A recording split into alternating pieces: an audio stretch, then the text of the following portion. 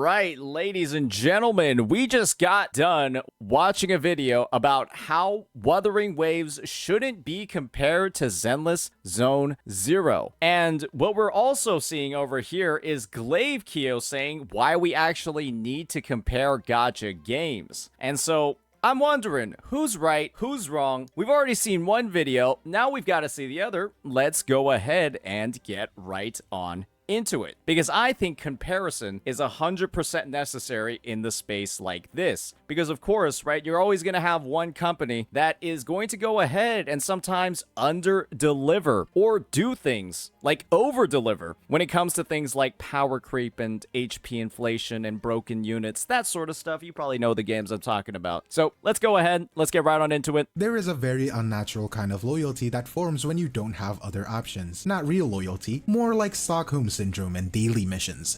Remember Genshin in 2021? 2021 Genshin to 2022.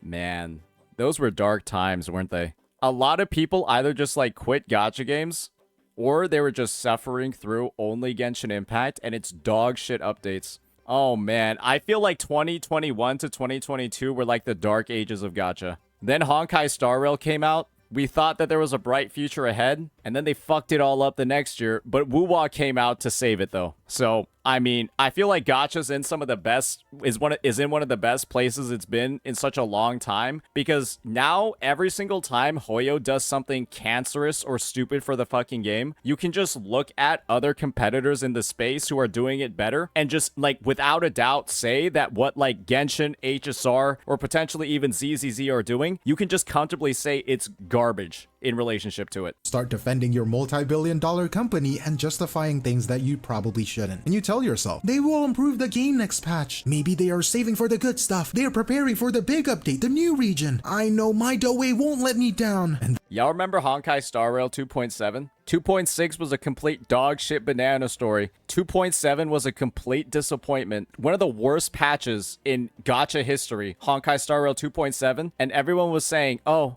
guys, don't worry. Amphorius is gonna be great. Amphorius is gonna be amazing, guys.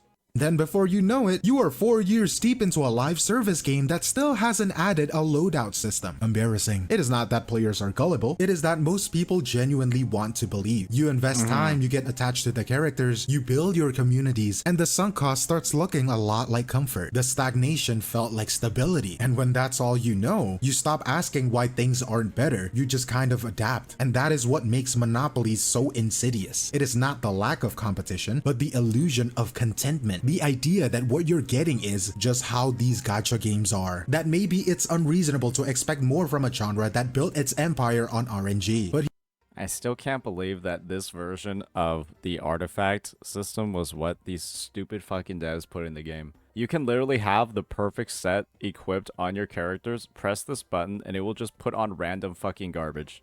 That's worse than what's on your existing character. I'm pretty sure they just intentionally sabotage the AI of like how it like quick configs. It's so bad, it's unbelievable. expect more from a genre that built its empire on RNG. But here's the thing, none of that holds up once real competition shows up, because suddenly the excuses don't land, the sweet promises ain't charming anymore, and if you're defending the game, you will look like a total clown. And that brings us to now, because if you want to understand the situation of the current gacha landscape, you have to go back, not to the beginning, but to 2020, when one game didn't just launch, it rewrote the rulebook. It was genre defining, and for a while everyone else just folded. Let's dive into it. You really can't talk about where we are now without going back to 2020, when Genshin Impact first launched and basically detonated the entire gacha space. A free-to-play open-world RPG that actually looked good, felt good to play. It was basically Breath of the Wild, but completely free. You see that character in the background? That was the first Gooner bait in Gacha right there. Yeah, that Eula character was genuinely the first Gooner bait character in like the history of like this fucking game, bro. It was ridiculous. Nobody had seen anything like it, especially not in the gacha scene. And because of that, Genshin didn't just launch, it dominated. For a while, it didn't matter what other games were doing. The moment any new gacha with anime art came out, people slapped the Genshin clone label on it, usually without even looking at the mechanics. The bar was set, and it was so high. Most games didn't even try to compete directly. You had Genshin and then you had everything else. Even when Honkai Star Rail released, there was this weird momentum of optimism. Like maybe finally, Hoyoverse would have to fight for attention across two flagship titles. But then you remembered, it is still the same parent company. Different developers, sure, but the profits go to the same people. So the comparisons, Genshin could never or Honkai Star Rail is generous, they were fun, but kind of pointless. You weren't watching two titans clash, you were watching a multi-billion-dollar company play chess against itself. And that is Well, to be fair, I don't think that the mask really peeled off when it came to Honkai Star Rail until the version where Acheron released. She was the first genuinely meaningful power creep in the history of HSR, where even when Penacony released in 2.0, do you know who was fucking in 2.0? You had Sparkle and Black Swan, who are two of the worst characters in the game. Yeah, Sparkle and Black Swan are two of the worst units in Honkai Star Rail. They're so fucking bad, it's unbelievable. And immediately afterwards in 2.1, right, that's when Acheron released, and yeah, she fucking destroyed the game. is the thing. With no actual rivals in this specific lane, Genshin Impact and Hoyoverse basically had the monopoly on open world gacha games. It didn't have to adapt. It didn't have to evolve. It just was. If you like the game, you either accepted its flaws like the stingy resin system, the 50-50 pity, the endless story quest. You better mention the fucking I was gonna say the weekly boss mats, but I was actually referring to the actual weekly boss materials and how the drops are random, and then also the actual talent level up mats that are restricted by the days of the week. So I'm actually referring to two fucked up systems when I say that. It's just funny that it can mean two fucked up things. There's so many problems with this game that they haven't decided to fix in 4 years. Or you quit the game. That was the only option. And I don't think people really understood how bad that dynamic was until options finally start to appear. When one game owns the lane, there is no pressure to innovate. And honestly, you could feel that. The updates feel like it's diluted. The quality of life changes took years to implement. The monetization stayed as aggressive as ever. Because where else are you gonna go? That is why talking about this era matters. It is not just talking about nostalgia or criticism. It is all the context. Genshin didn't just dominate. It defined what this genre could be, and because it didn't have anyone breathing down its neck, it also defined what it could get away with, and that is exactly why the space needed to change. Absolutely. More competition, brotherman. We said this earlier, but the thing about monopolies is that they don't have to try. When there is no pressure from the outside, growth becomes optional. And in Genshin's case, you could see that shift very clearly over time. Updates starts to feel stale and stagnant. Not necessarily bad, just very predictable. The events blended together. The quality of life fixes either arrived years late or missed the point entirely. Like at some point in the live stream when they're announcing a new quality of life change, you would be like, who asked for this? Yeah, that is the exact same feeling. Because people would ask for things like loadout presets, faster strongbox updates, actual harder endgame, and we would get new furnitures in the Serenity pot. Well, they did add a harder endgame. It's just the endgame now just requires you to have the newest characters. Yeah, that's the harder endgame. Night Soul mechanics. And then once you have the newest characters, you just put them on your team, and then they trivialize the endgame mode. Awesome.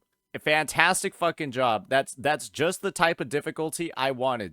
Credit card debt. New cards in the TCG. What? You need to understand it is not because the devs didn't hear us, but because they didn't have to listen in the first place. The core systems barely evolved. The spiral Oh yeah, don't forget they added the search system to the mailbox.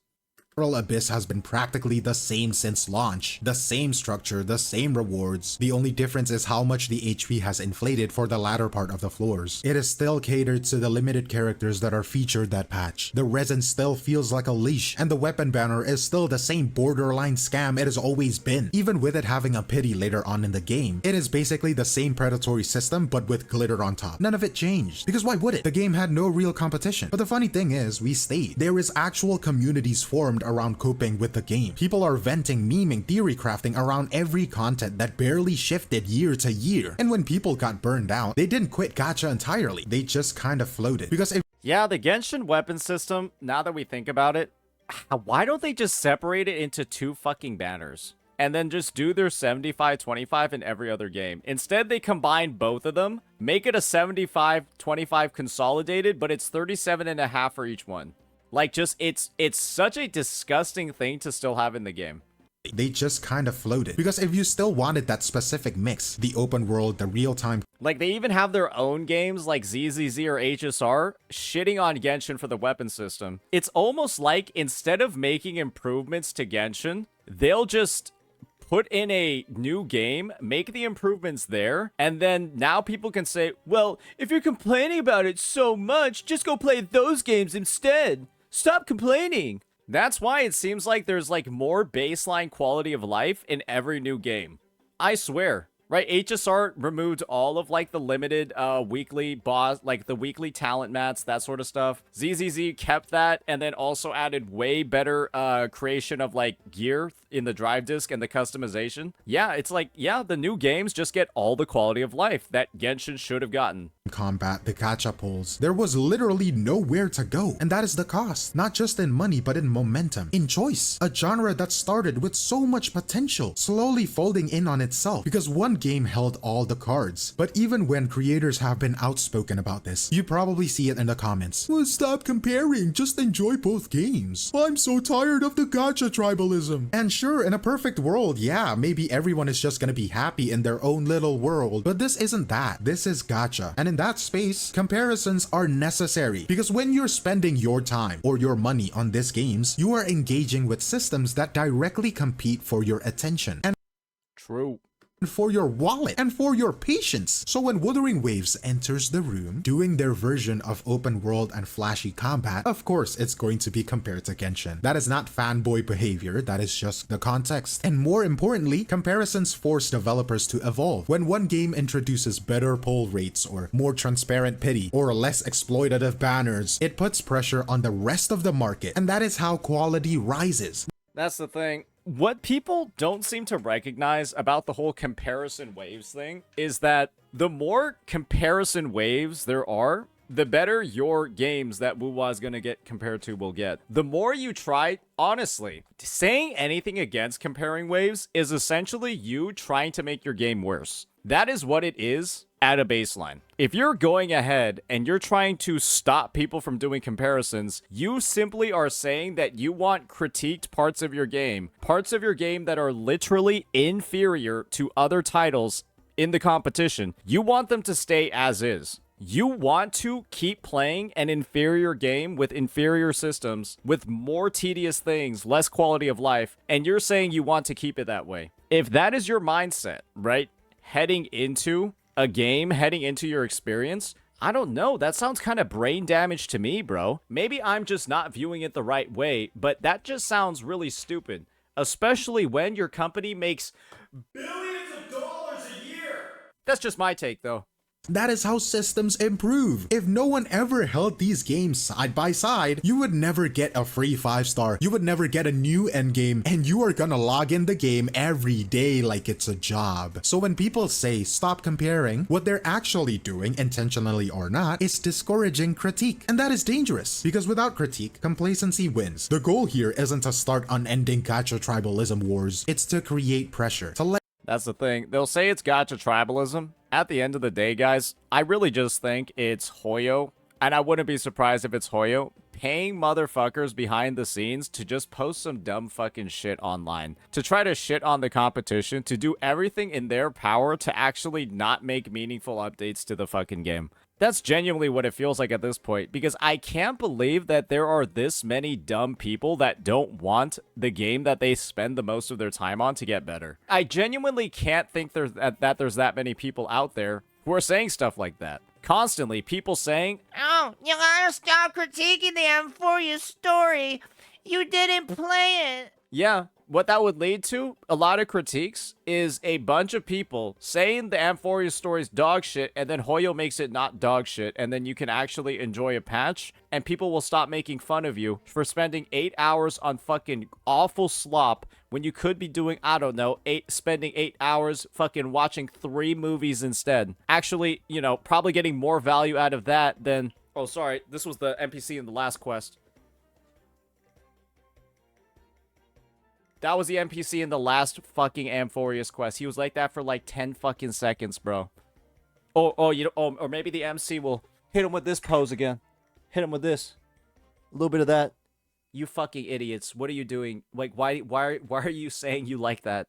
Let developers know that yes, we are paying attention, and yes, we will notice when someone else is doing it better. So when Wuthering Waves drops and suddenly the silence breaks, it is not just that it launched, it is that it came out swinging. You've got freedom of movement that actually feels like freedom. You have got a pity system for weapons that isn't just a math problem with extra steps. And then there's that rarest of things in Gacha, design that feels like it was made by people who read the feedback of the players. You know what's funny though? The irony is that a lot of what Wuthering Waves is doing isn't new. It is just what Genshin players have been asking for since day one. Honestly, yeah, you just take the feedback forms that Hoyo throws out behind their HQ, and then probably a Kuro employee just goes ahead, goes through the Hoyo garbage, finds a list of feedback for Genshin Impact, and then just implements it. Things like the gear loadouts, or making exploration easier so it shows everything on the map in-game, instead of a website that loads really slowly just to collect your ascension flowers. These are really basic stuff, but these are also stuff that got ignored until now. And suddenly, coincidence or not, Genshin starts doing things that it never does. Suddenly, the resin cap increase, and then a free 5-star selector. These are moves that Hoyoverse typically won't make. 5 years into launch, by the way. Hell yeah, brother. That's what I'm fucking talking about. Hell yeah. These are moves that Hoyoverse typically won't make, and yet here they are. The timing is as subtle as a brick being thrown to your window. And when you realize it, it is the same playbook they pulled when Tower of Fantasy launched. Because back then, Genshin had this mini freakout session where they temporarily remembered how to run events that gave actual value. Because despite of the meme tier state of Tower of Fantasy right now, even that was enough to make Hoyoverse sweat a little. And Wuthering Waves, it is not a meme. It is a competition with teeth. So yeah, the competition works. And if this is what it takes to get better design and actual quality of life improvements, then maybe we would need more of it. Because when you realize how fast the gears started turning at Hoyoverse the moment Wuthering Waves dropped, like not even a full week before Genshin quietly announced a resin cap increase, something players have been begging for since— Whoa, Glaive. You're gonna really anger the Genshin fans with this one, because that resin cap increase was actually planned since version 1.0 of the game. Okay, this was before WuWa even started development, okay? Hoyoverse had planned this for 4 years in advance, okay, buddy? It's not because of Wuthering Waves. That's what fans of Hoyo games will try to tell you. They'll still be trying to tell you shit like this. They're just that dumb. Since basically forever. And then suddenly, they are teasing a new quality of life changes faster. Like Wuthering Waves at launch, they gave out a free 5-star selector ticket. And then suddenly, Genshin gives out their own 5-star selector ticket. And Nope. They were planning on that one too, idiot. Who cares that Fontaine, Sumeru, all of them did not have a selector, and then Natlan doesn't even release a new standard character and then just for some fucking reason has a select? No. They were going to do it specifically for Natlan. Yes. Okay? And then Wuthering Waves realized, wait, they matched our generosity. So at 1.2, Wuthering Waves gave out a free Shangliao. Like, this is concrete proof that competition is great for the space. Yeah, and Hoyo just said, nah, we're not fucking doing that. We're literally too greedy to even do something like that. Fuck it. Take Mavuika and Sitlali on a double banner instead and enjoy it. Oh, and your 20 Lanternite pulls? Yeah, they're after them. Dumb fucks. Let's not pretend that this was spontaneous generosity, because these are requests that has been gathering dust in the feedback forums for years. And now, right when a major competitor shows up, boom, this changed. That is the power of heat, not the outrage, not begging, competition. You put another serious option on the table, and suddenly the devs remember how to act like they want you to stick around. Wuthering Waves didn't just throw down a challenge, it forced the genre to wake up, because now it is not enough to just have nice graphics and decent combat. Now they have to fight for your attention, your trust, your loyalty, and they know it. And this is just the start, because 2025 and 2026 are looking stacked. Duet Night Abyss, Ananta, Etheria Restart, Azure Promelia. We will be playing, I think, all of these games. We might be playing all of these games except for maybe Azure Promelia. We'll see. I don't know how many of them I will be retaining, though, because boy, oh boy, right? It is not going to be easy to play and cover all of these games. There's going to be one to drop, and I can guarantee you one thing. Out of all these games, I think Azure Promelia is going to be the least popular. I don't even mean that in like a rude way. I just think it's going to be the least popular. Blue Protocol if it ever figures out what it wants to be. Even NTE's got people curious. It is not just Genshin versus Wuthering Waves anymore. It is everyone versus everyone. And True.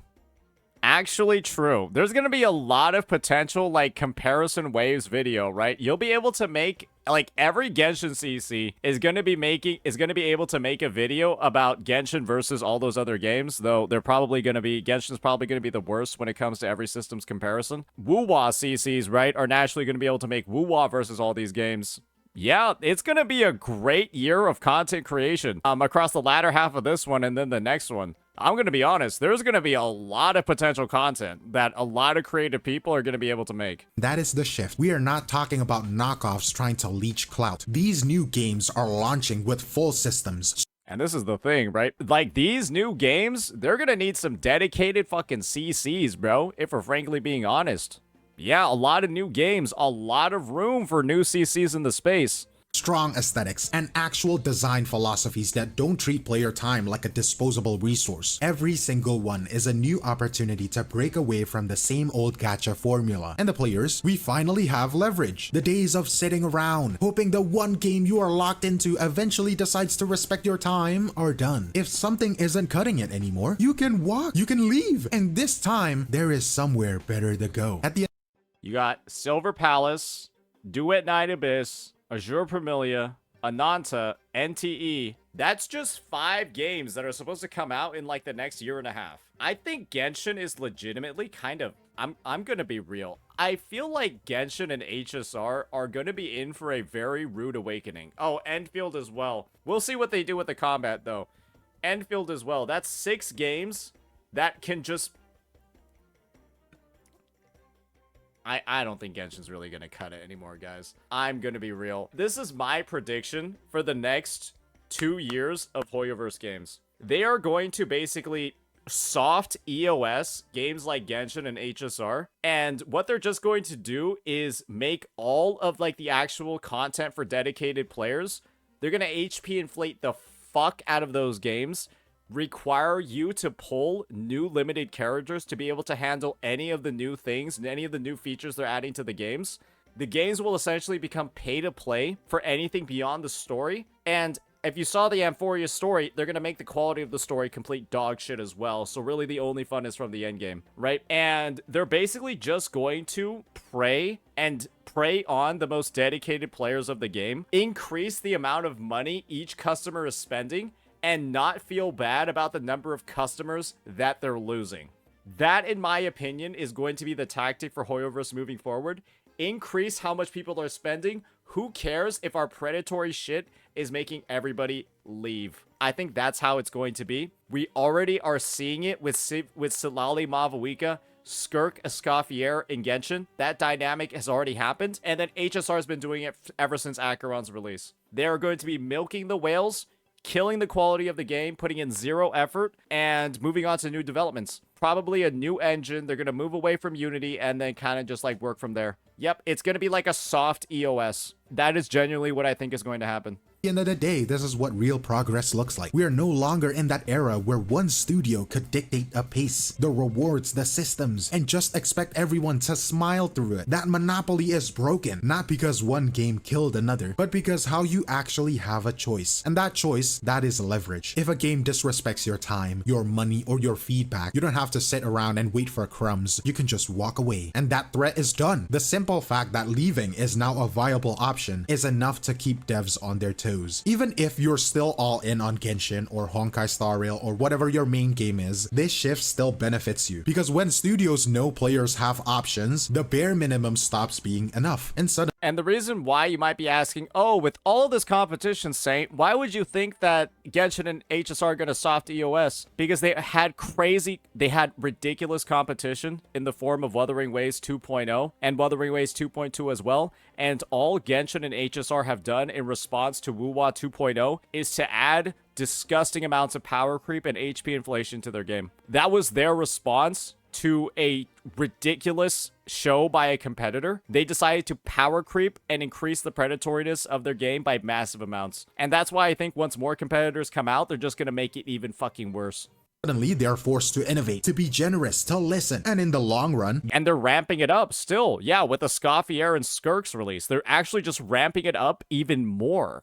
that is how the genre grows up. Not by chasing the next big thing, but by holding every game to a higher standard and refusing to settle for less. Hey, great vid, Glaive. I think he really got into like a core mechanic and a core sort of interaction that we're going to be seeing across games within the next few months. Yeah, save this video, clip that fucking shit. I'm like 80-90% sure that that is the fate of Hoyo games moving forward. And when you know, based off the track record of all these games, Genshin Impact and HSR, that they've taken the sellout approach, why do you think I make so much content about ZZZ?